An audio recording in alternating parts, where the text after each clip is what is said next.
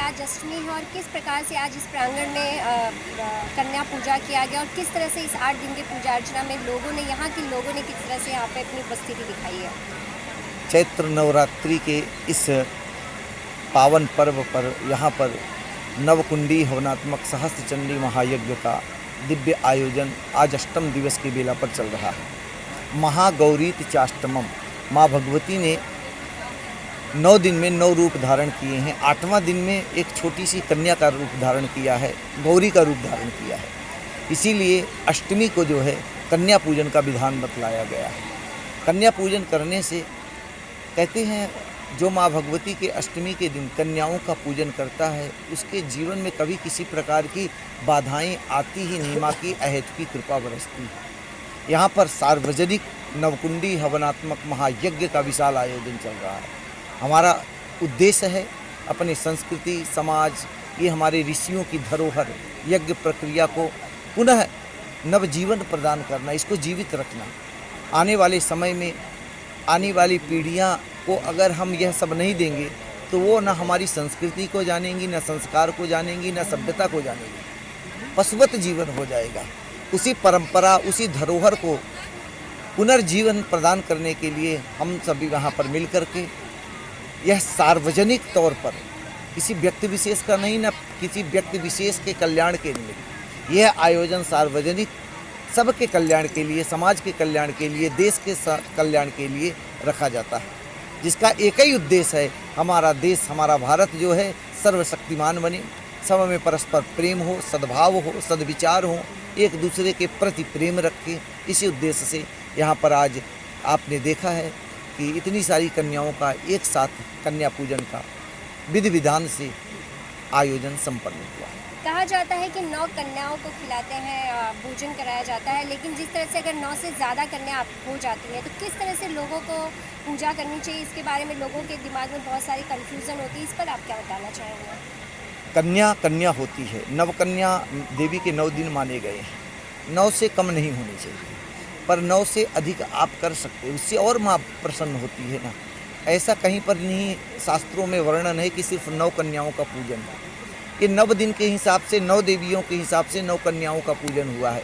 यद्यपि 9 देवियों में 8 देवी ने तो कन्या का रूप धारण नहीं किया है, सिर्फ माँ ने एक ही दिन महागौरी का रूप धारण किया कन्या का। तो वैसे तो लोग चाहें तो एक ही कन्या का पूजन होना चाहिए, परंतु 9 कन्याओं का हो। अगर आपको उपलब्ध होती है, ये भी पुण्य प्रताप से होता है। आपके जब बहुत पुण्य होंगे तब इतनी सारी कन्याएं आपको मिलेंगी, और नहीं तो 9 कन्याएं भी मिलना बहुत दुर्लभ हो जाता है।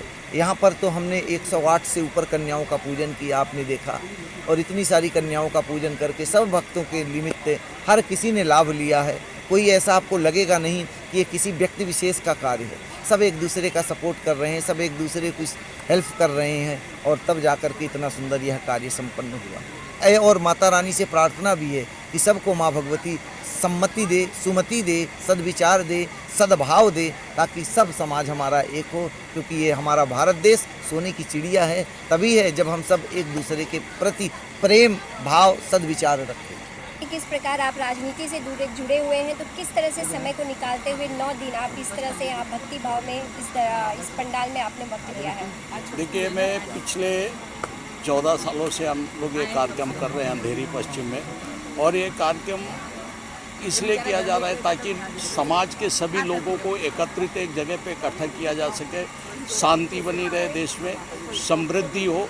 और जब हम समाज के लिए काम करते हैं तो समाज के लिए हम अपना दायित्व हमारा होता है कि समय निकालना, तो ये समाज हित के लिए कार्य होता है, इसलिए समय निकालना अति आवश्यक है। आज आपने 9 कन्या की भी पूजा की है, जिस तरह से आज उनके 9 कन्या पूजा भी है, तो क्या भगवान से प्रार्थना करते हैं जनता के लिए, लोगों के लिए, किस तरह अपने भारत देश में इस तरह से और आगे बढ़ाने के लिए? मैं देश के समस्त लोगों से मतलब ये आज माता जी के दरबार में ये प्रार्थना करता हूँ कि आने वाले समय में हम सब लोग मिलकर के राष्ट्र निर्माण के लिए कार्य करें, एक दूसरे से द्वेष भावना जो रखते हैं वो ख़त्म हो, और हम लोग मिलजुल करके भारत को है ना स्वर्णिम युग की तरफ लेके जाए और विश्व गुरु बनाए। माँ देवी के चरणों में जब आप होते हैं, जितना वक्त आप बिता पाते हैं, तो कितना आप क्या अनुभव होता है, किस तरह आप से उसे व्यक्त करना चाहेंगे अपने शब्दों में? जब हम माता के दरबार में होते हैं तो हमें उस बचपना की याद आती है, लगता है हम अपनी माँ के गोद में हैं, और हमें जो एक अनुभूति होती है वो उसको बखान नहीं किया जा सकता है। जो सुख प्राप्त होता है माँ के चरणों में, उस सुख को हम बखान कर ही नहीं सकते, इतनी अच्छी आनंद अनुभूति प्राप्त होती है। आप देख रहे हैं सक्षम न्यूज इंडिया, सबसे पहले सबसे तेज।